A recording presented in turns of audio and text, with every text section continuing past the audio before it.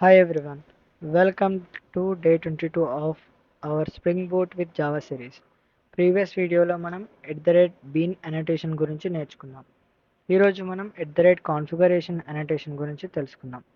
First configuration అంటే ఏంటి? సింపుల్గా చెప్పాలంటే కాన్ఫిగరేషన్ అనేది స్ప్రింగ్ బూట్కి ఈ క్లాస్లో బీన్ డెఫినేషన్ ఉన్నాయని చెప్పే అనోటేషన్. యూజువల్లీ bean annotationని కాన్ఫిగరేషన్ క్లాస్ లోపలే యూజ్ చేస్తాం. సింపుల్ ఎగ్జాంపుల్ చూద్దాం. సపోజ్ మనం ఒక స్టూడెంట్ ఆబ్జెక్ట్ని బీన్గా క్రియేట్ చేయాలి అనుకుంటున్నాం. అప్పుడు మనం ఒక కాన్ఫిగరేషన్ క్లాస్ క్రియేట్ చేస్తాం. ఆ క్లాస్ పైన కాన్ఫిగరేషన్ అనోటేషన్ యూజ్ చేస్తాం. ఆ క్లాస్ లోపల bean మెథడ్ రాయడం జరుగుతుంది. మెథడ్ ఆబ్జెక్ట్ని క్రియేట్ చేస్తుంది. స్ప్రింగ్ బూట్ ఆ ఆబ్జెక్ట్ని బీన్గా ఐఓసి కంటైనర్లో స్టోర్ చేస్తుంది.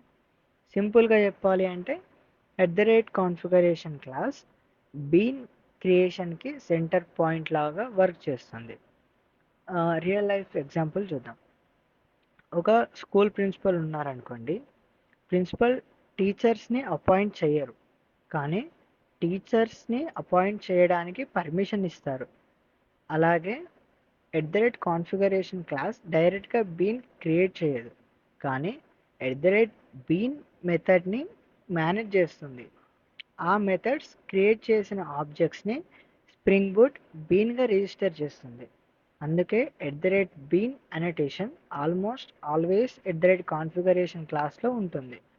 సింపుల్గా చెప్పాలంటే కాన్ఫిగరేషన్ బీన్ డెఫినేషన్ని ఆర్గనైజ్ చేస్తుంది. బీన్ యాక్చువల్ ఆబ్జెక్ట్ని క్రియేట్ చేస్తుంది. రెండు కలిసి స్ప్రింగ్ బూట్లో బీన్ మేనేజ్మెంట్ని ఈజీ చేస్తాయి. నెక్స్ట్ వీడియోలో మనం కాంపోనెంట్ స్కానింగ్ అండ్ ఏంటి, ఇంకా స్ప్రింగ్ బూట్ కాంపోనెంట్ క్లాసెస్ని ఎలా ఐడెంటిఫై చేస్తుందో నేర్చుకుందాం. Thank you. Follow for more updates.